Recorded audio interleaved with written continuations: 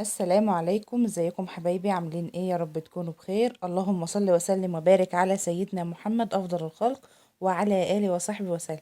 حبايب قلبي وحشتوني، برحب بكل المتابعين الموجودين معايا في القناة، وكمان برحب بالمتابعين الجداد. النهارده جايلكم في فيديو جديد. بصوا الفيديو بتاعنا النهارده قمة كده في البساطة، وفي نفس الوقت روعة كده، تحفة فنية هتعمليها، وحاجة في منتهى الجمال، سهلة وبسيطة، مقادير اقتصادية.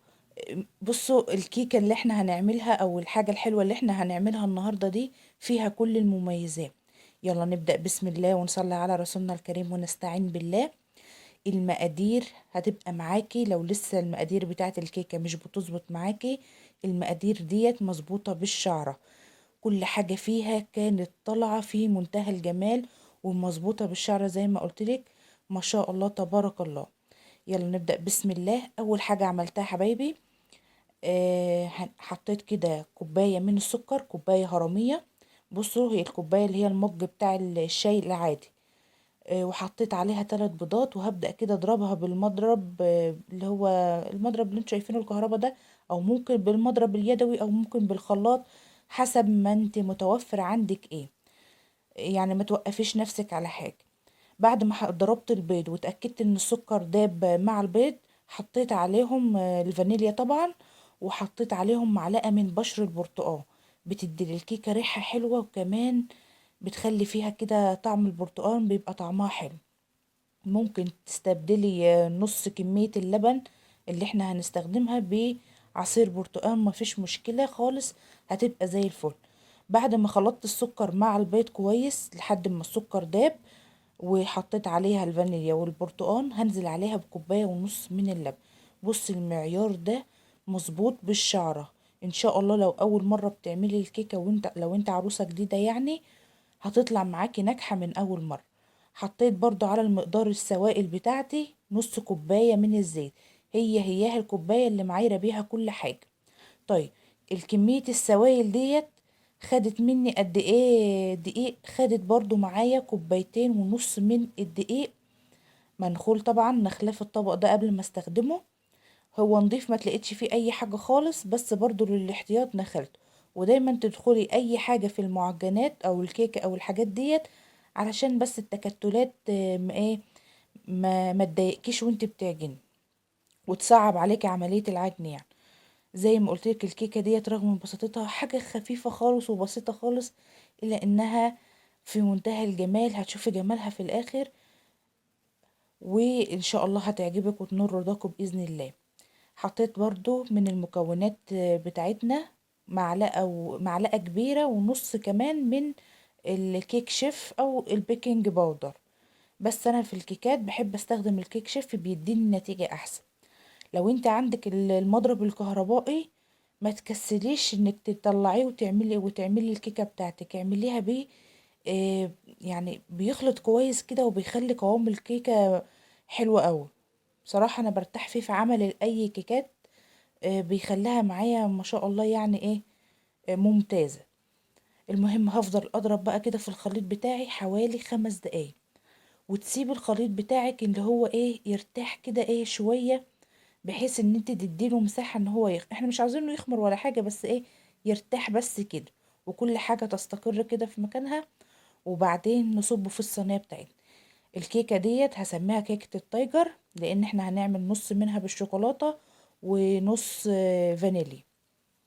هاخد بقى نص كمية الكيكة بتاعتي، الخليط بتاعي اللي انا عملته بعد ما ضربتها، وهحط عليها معلقتين من الكاكاو الخام. روحي عند العطار، تقولي له عاوزه كاكاو خام، بس يخليه يجيب لك نوعيه كويسه. قولي له انا عاوزه الكاكاو الخام الاسباني، او في باكيتات كده اللي هي بتبقى مكتوب عليها دريم، حلوه قوي برضو.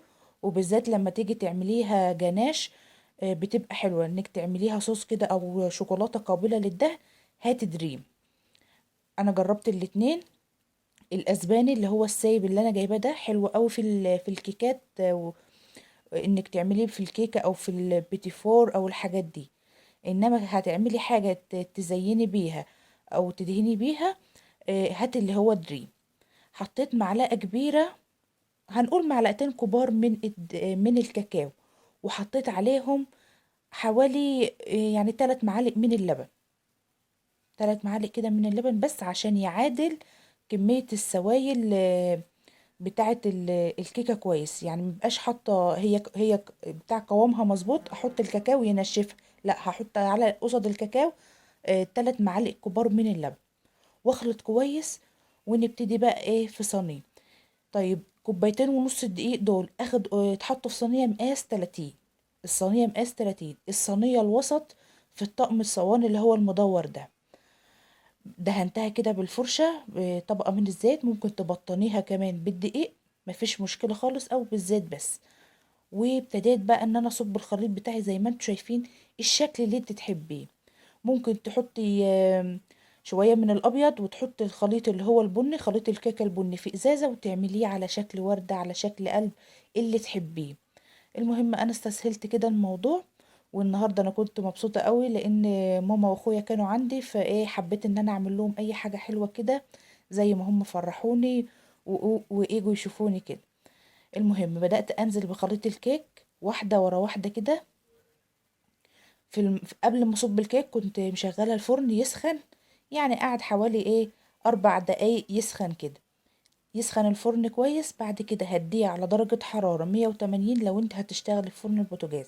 لو هتشتغل في الفرن البلدي يبقى بعد ما يسخن شوية هديه خالص يبقى شمعة كده. عملت كده بقى خطوط بسيطة كده بأي حاجة تكون بوزها رفيع عندك، معلقة شوكة سكينة، أي حاجة تعملي فيها الشكل اللي انت عاوزاه. عملت شكل الوردة الجميل ده وهدخلها الفرن. شوفوا بقى بعد ما طلعت من الفرن وهدت شوية كمان، بسم الله ما شاء الله تبارك الله، كانت في منتهى الجمال وطعمها عذرا طعمها في منتهى الروعة. هبدأ بقى كده انقلها هوريها لكم من تحت. ارتفاعها كان كويس لان ما كترتش كمية البيكنج باودر. كانت ما شاء الله زي الفل. الكيكة كانت طرية خالص، اه هشة جدا ومش مكتومة. هتشوفوها معايا هفتحها معاكم، هنقطع منها كده ونشوفها. دي تقدميها جنب كوباية شاي او شاي بلبن او نسكافيه اللي تحبيه ساعة العصر كده، او لو عندك ضيوف هتكون مناسبة جدا. حاجة بسيطة واقتصادية، مش هتاخد منك تكاليف ولا تعقيد ولا محتاجة اشتري مش عارفة ايه، كلها حاجات من البيت. يا رب الفيديو بتاع النهاردة يكون عجبكم ويا رب اكون افدتكم. لو عجبكم الفيديو ما تنسونيش باللايك والشير والسبسكرايب للقناة. شوفوا بقى شكلها من جوه، ما شاء الله شكلها بصراحة كان عاجبني قوي النهاردة، وكنت يعني مبسوطة بيها قوي بصراحة. وطعمها كمان كان حلو خالص، الكيكة مفرغة خالص من جوه، ما شاء الله كانت في منتهى الجمال. ربنا يحسن ما بين ايديكم حبايبي. لو الفيديو عجبكم ما تنسونيش زي ما قلت لكم في اللايك والشير. اسيبكم في رعاية الله، مع السلامة، استنوني في فيديو جديد.